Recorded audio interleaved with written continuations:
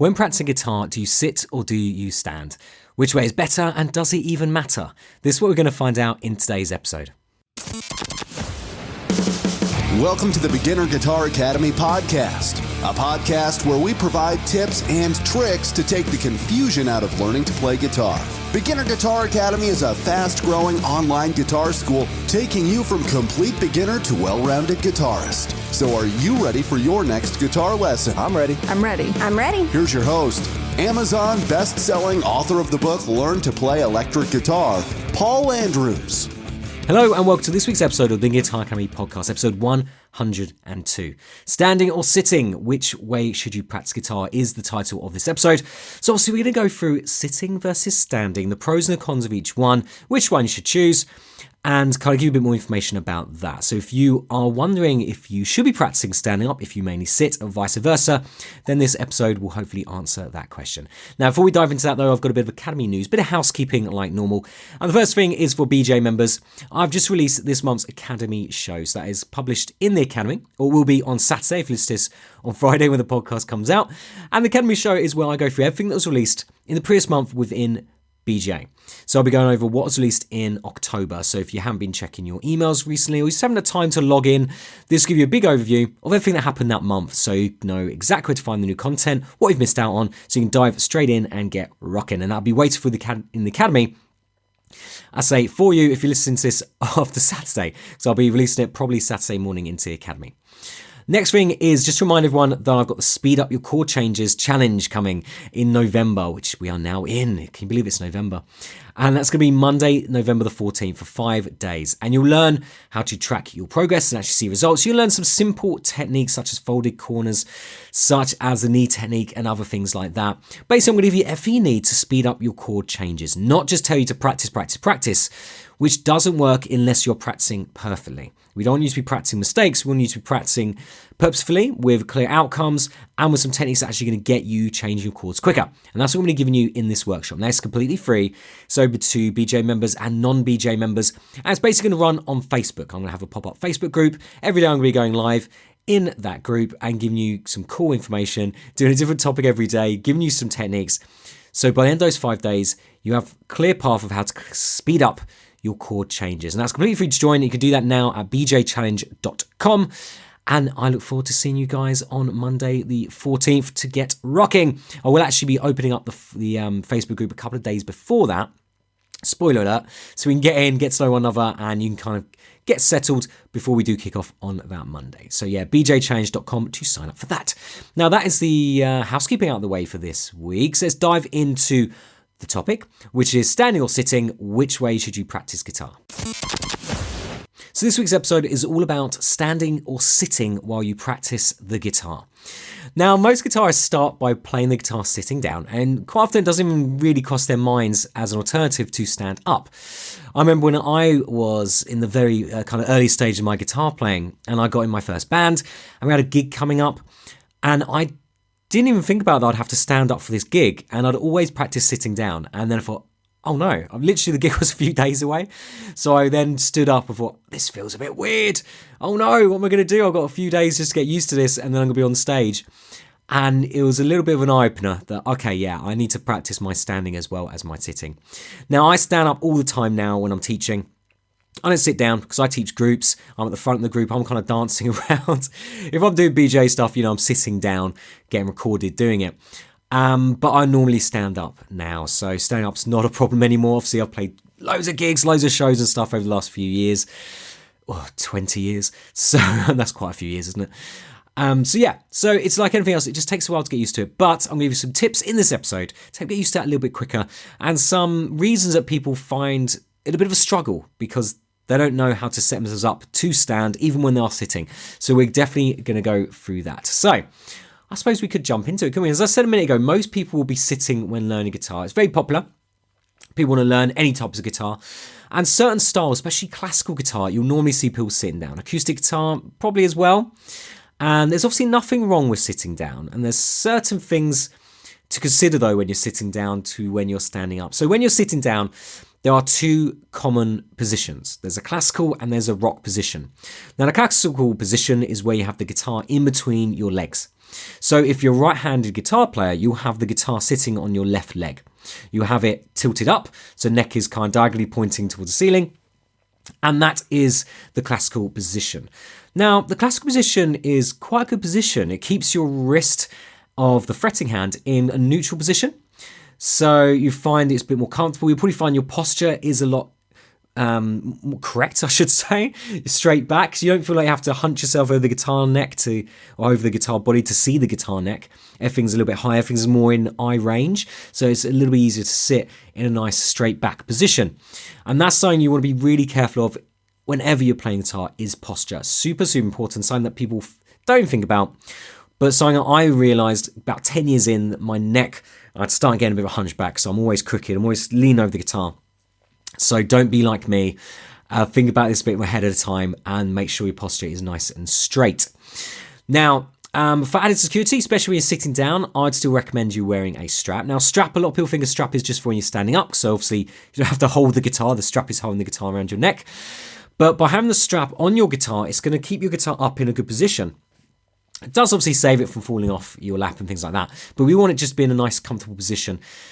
So using a strap can definitely help that out. But allow you to support the guitar via the strap rather than your hand taking the weight of the guitar. So it'll mean you'll be able to move your hands. That's something I see a lot from beginner guitar players. Their fretting hand is actually holding the neck up, where you want the body to be on your body, your elbow over the top, kind of culling the guitar into your stomach.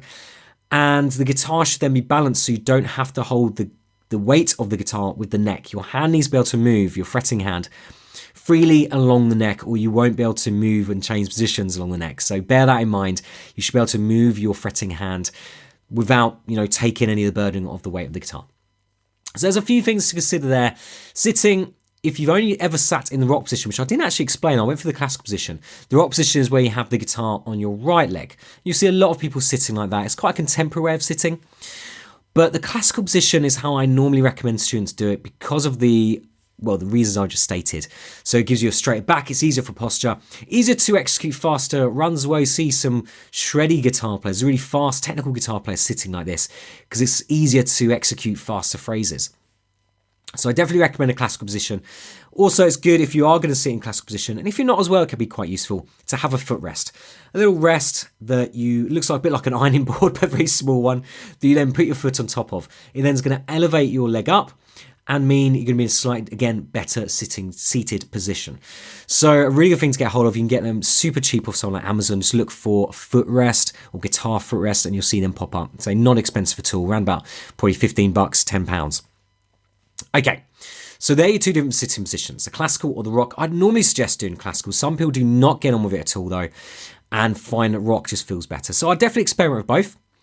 Then I'm always keen saying to my students that just because something feels awkward doesn't mean it's the wrong way to do it. It just means we're not used to doing it. So sometimes there is that little bit of a stage there, the uncomfortable stage. We've got to get used to it. So bear that in mind. Don't just kick out the classical, right? That doesn't work because it feels weird, because you're not used to it. It does feel a bit strange. And it felt strange for me the first time I started trying to sing that because I'd always done rock.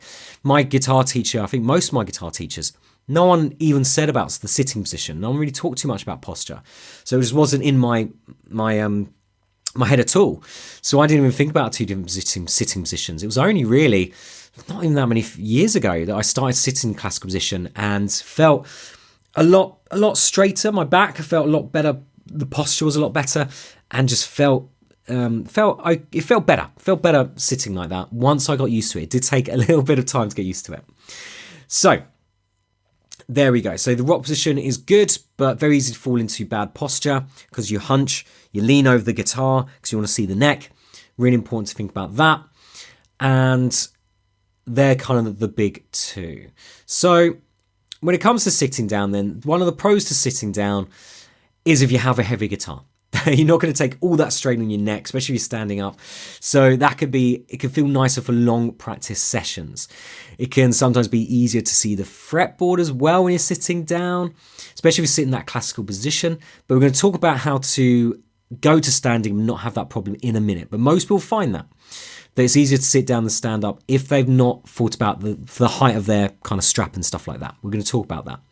And as I said, the real cons is if you want to stand up to play, you got to get used to stand up to play. Like me when I hadn't stood up, and then a few days to get used to it.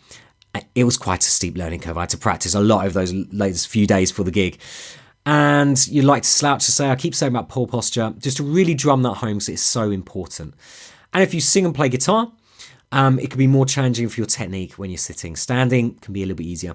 And especially if you're gigging as well, you want to be standing up. I say this to students when they do their gigs, at my offline school, that when you're standing up, it's easier to put on more show. You're more likely to move.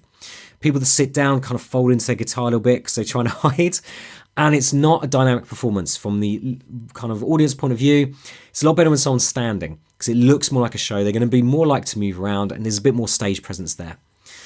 So let's talk now about standing. And the first thing we're going to talk about are guitar straps. So if you're standing, you're going to need a guitar strap, obviously, because you do not want to be holding your guitar as you stand up. So when you're standing up playing, you'll be using a guitar strap around your neck to hold your guitar up.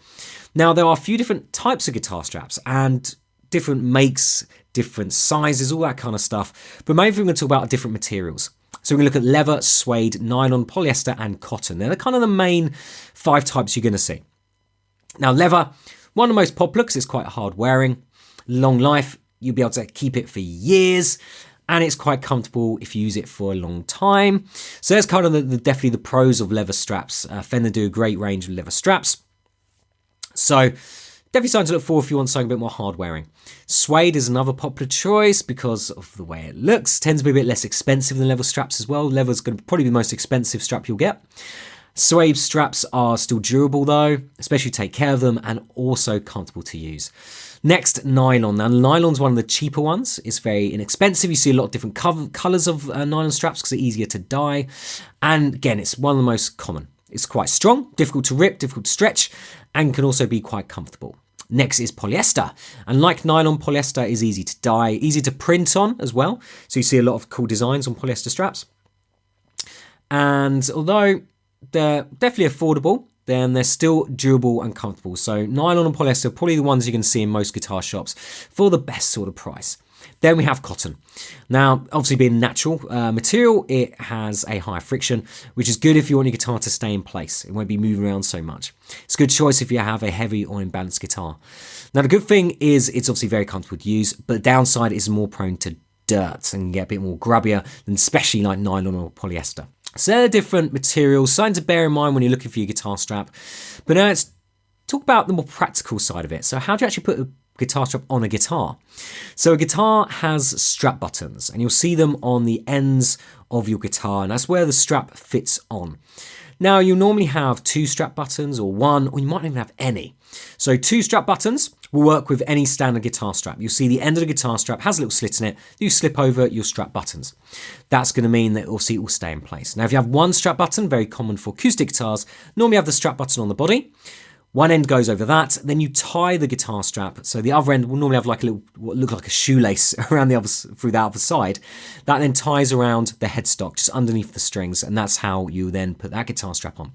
Now, if you don't have any strap buttons, there's a couple of options here. You can have a hook that hooks into the sound hole on your acoustic guitar, and then that goes around your neck. So you see a lot for you like ukuleles and stuff like that, but you can definitely use that for an acoustic guitar. Or you could obviously just have strap buttons put on, which would probably be the easiest thing to do. So just have strap buttons actually put onto your guitar. And obviously any local guitar shop will probably be able to do that for you if you're not comfortable to do that yourself.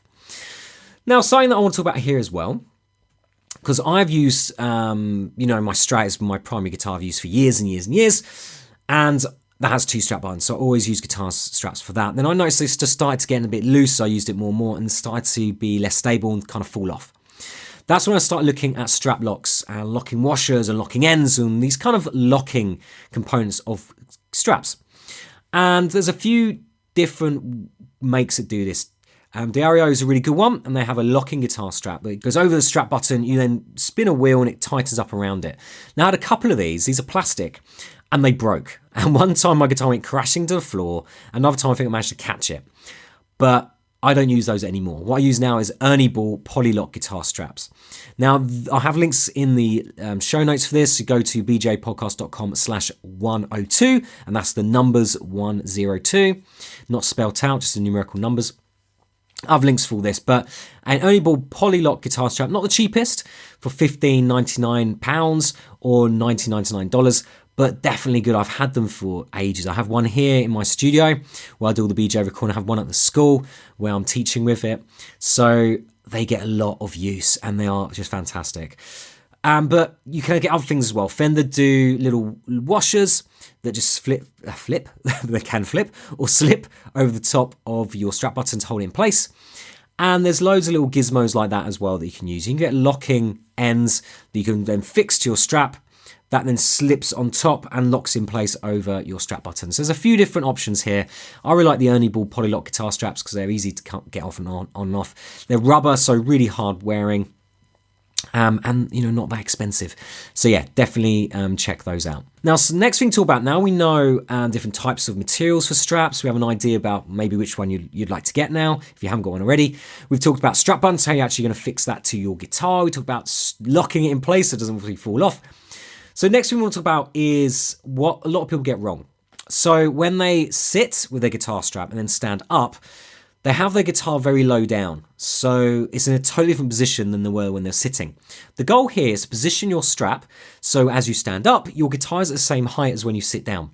That's going to feel a lot more comfortable because obviously it's a position you're used to when you're sitting down. Not a lot of people think about this, and they stand up, the guitar's at a little bit lower, and that's why it feels really weird. So bear that in mind. When you're getting the kind of height of your strap, put it at the height that's going to stay seated in the same position as when you're sitting down. And then when you're standing up, really important, again, I'm going to say it, posture. Keep going. It's going to be the main theme of, I think, today's podcast. So make sure your shoulders are back, make sure your chin is up, chest is out, maintain a nice neutral spine, just like you should be doing it anyway, kind of for your overall wellness. Trying to keep that nice straight back, good posture. But something to obviously bear in mind when we're playing guitar, we've got to be careful of our posture. And if I haven't drummed that in already, then God, hopefully it should be, because I've said it about a million times. Okay. So let's talk about the pros and cons. So the pros of standing. You like to develop good form and posture if you are aware of your posture, like I just said. Because you probably don't feel like you need to slouch to look over the top of it because you fall forwards. You end up doing a somersault. So you're more natural kind of position. Standing gives performance more dynamics. I said that earlier. When you see someone on stage, they're standing, they're more likely to move around, they're more likely to have better stage presence. So very important to think about if you want to be playing on stage. Something just bear in mind. And obviously good for singers, easier to project your voice when you're standing up as opposed to sitting down. Now, cons to standing up, Initially, it might be tough to see if you're standing because you can feel like you wanted to at your guitar because you can't really see as clearly as perhaps when you're sitting down. And it could put strain on your wrists, your fingers, could definitely put strain on your shoulders if, again, you're hunching over, if you haven't got good posture. So these are things we need to be aware of. Obviously, when you are getting the height of your strap, remember what was said before. Don't be like Billy Joe Armstrong from Green Day where you got it down by your shins. Have it in a good position. Maybe not be like the Beatles or someone like Tom Morello that has it, up by their neck. Looks like they're wearing a guitar bow tie. But make it so when you sit down and stand up, there's not much movement. It stays in the same place. So just to finish up this episode, sitting or standing, which way should you practice guitar? It doesn't matter. It's either or. It's up to you. There's no real right or wrong. It's whatever is most comfortable for you. If you are sitting, experiment with the classical versus rock position. Again, I'd definitely recommend the classical, but again, it's one or the other. Don't worry about it. Some people say rock's best. Some people say classical. It's whatever feels best for you at the end of the day. Standing as well, it's whatever feels best for you, but make sure your strap is at a good height. So as you stand and sit, your guitar doesn't move up or down. And whichever one you choose to do, make sure you don't develop bad habits. Make sure you're not slouching. Make sure you've got a straight, neutral spine. Make sure you've got good posture. This is going to help you throughout your whole guitar playing life, and make sure you don't get a hunchback like me.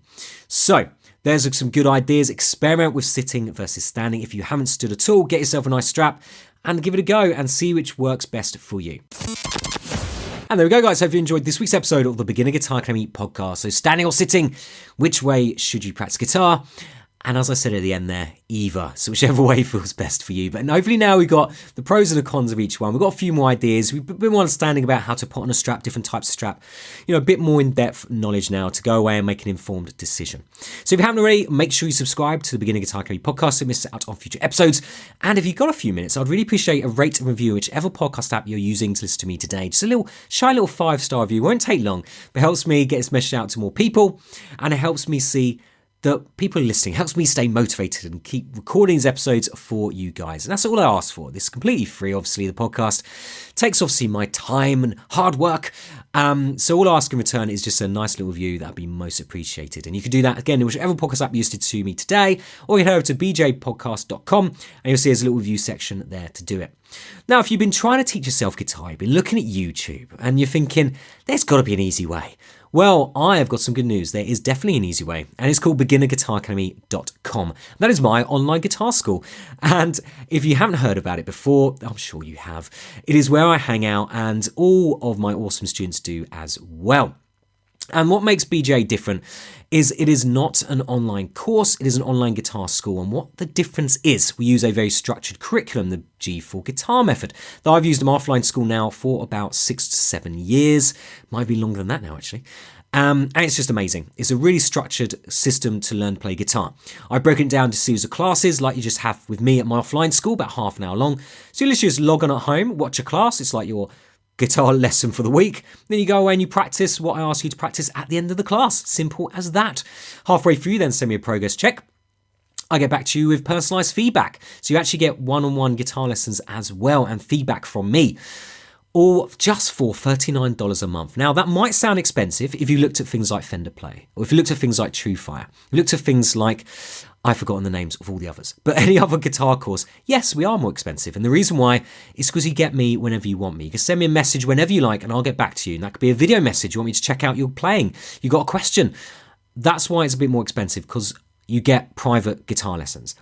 When I charge private guitar lessons in my offline school, it's over $100 a month. So beginner guitar can be $39 a month when you can access it 24/7 with me by your side.